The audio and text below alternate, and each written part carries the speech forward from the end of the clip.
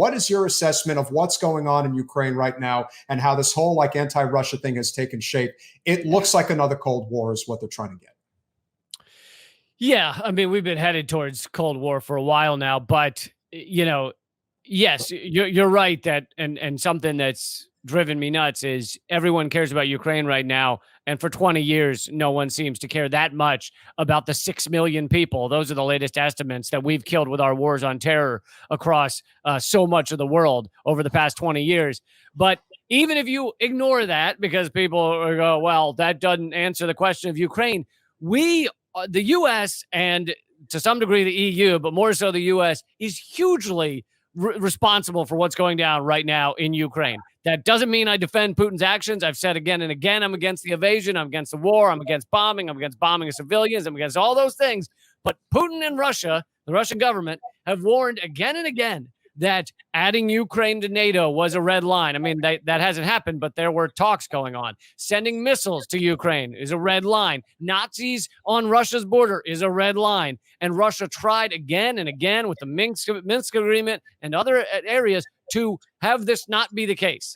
Now, that doesn't mean, oh, yeah, great, so bomb civilians. But the U.S. pushed further and further towards this red line, and now here is what the result is. And the other factor of this, which I think is probably the most redacted, most censored angle of this entire war in Ukraine, is should you care about the innocent civilians in Ukraine? Yes. But right now, that care, that concern, people in the streets with Ukrainian flags and changing their Facebook thumbnails to Ukrainian colors, that concern is being weaponized to continue the war. Right now, the only way, Russia is too powerful to lose to Ukraine. Russia is one of the most powerful militaries in the world. It will not lose to Ukraine, okay? It's just not possible. So the only way this ends is peace talks.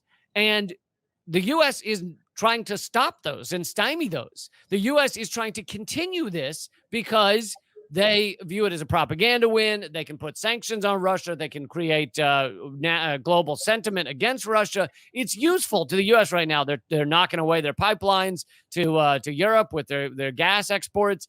So the U.S. views it as useful. I don't know whether it will be in the long term, but views it as useful to continue this conflict. So while we're all running around saying, I care about Ukrainian civilians, the U.S. government does not. And they're using the Ukrainian civilians as pawns, sending guns to the grandmas in the streets and sending missiles to Ukraine is just going to get more people killed. It's horrific.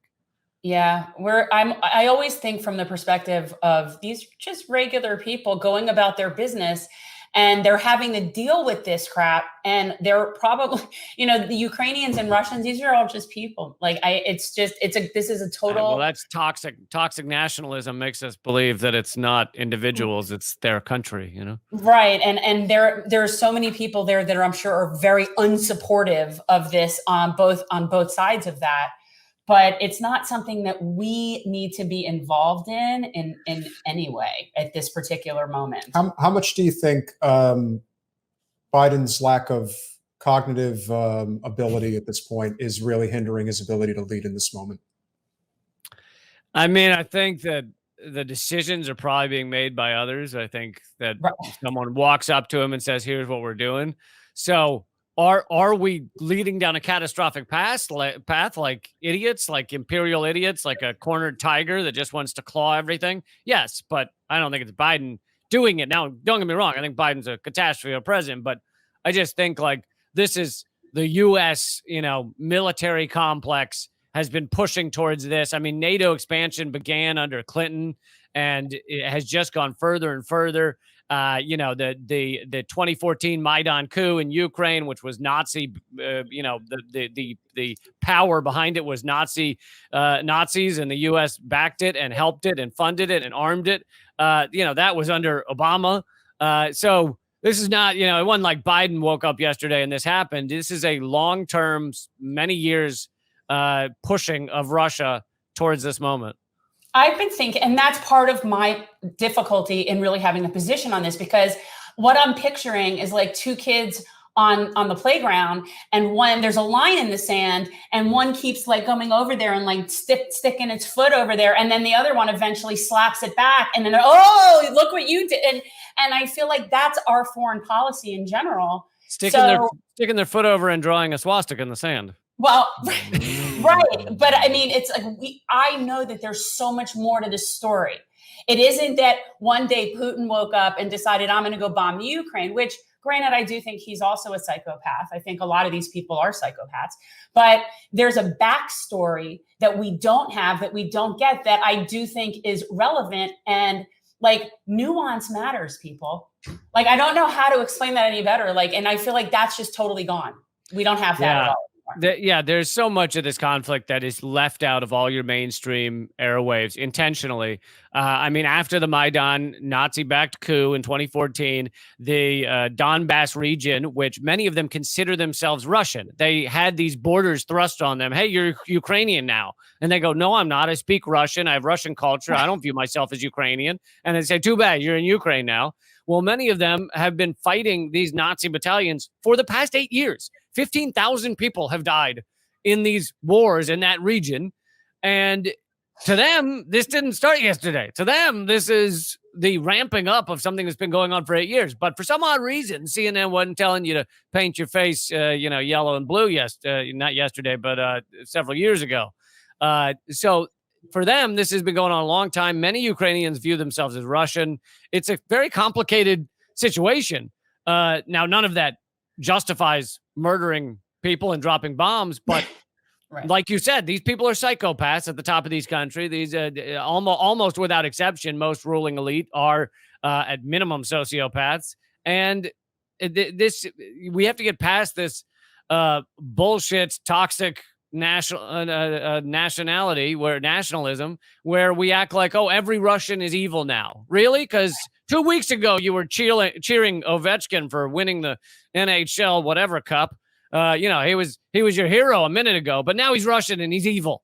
It's just nonsense. I mean, like, because you were born inside this border and someone else was born inside of that border, that makes them an asshole? What? Stop talking open borders, man. You're starting to get all crazy and stuff about that. Those lines are importantly. And 2 years, you were pushing me to finally watch Wag the Dog, and I finally did. Oh, this is Wag the Dog all over. This really is. Like, this is Shoe, like on steroids. It's so bad. And, the way that they're trying to basically make, listen, Zelensky, give him credit for fighting. He could have easily fled. But they're basically trying to, saint this man or knight this man. And I'm just thinking, this is war propaganda at its best. And everyone is falling for it after everything that we've gone through. No one wants to ask questions. Yes, Putin is wrong, but for every action, there's a reaction. There's a reason why we're there. And it's almost like the State Department has to shut down. Here's a great example, Lee. We'd love to get your thoughts on this because, again, another thing the media will not share with us unless we're politicos and really paying attention. The Biden administration pushed on, a couple of new rotating villain senators to make sure they vote against making sure the sanctions affected the petroleum in Russia. So everything else gets covered, but yet the one thing that would actually hurt the oligarchs, now that's off limits. And as the first rule of Fight Club. Yeah, don't talk about it. So when everyone's advocating for sanctions and everyone bitched at us because we said sanctions are the wrong way to go, it's like because sanctions hurt the vulnerable, not the powerful. Right. Yep. Well, and the oil issue is far more complicated. Despite the fact that the U.S. has become an exporter of oil because we're fracking and we're turning everybody's water flammable, we fear right now that Russia could turn off the oil spigot, which could hurt Europe, which we wouldn't have enough oil to supply Europe if that were to happen. Right now, Russia is still supplying Europe with oil, even without the Nord Stream 2 pipeline.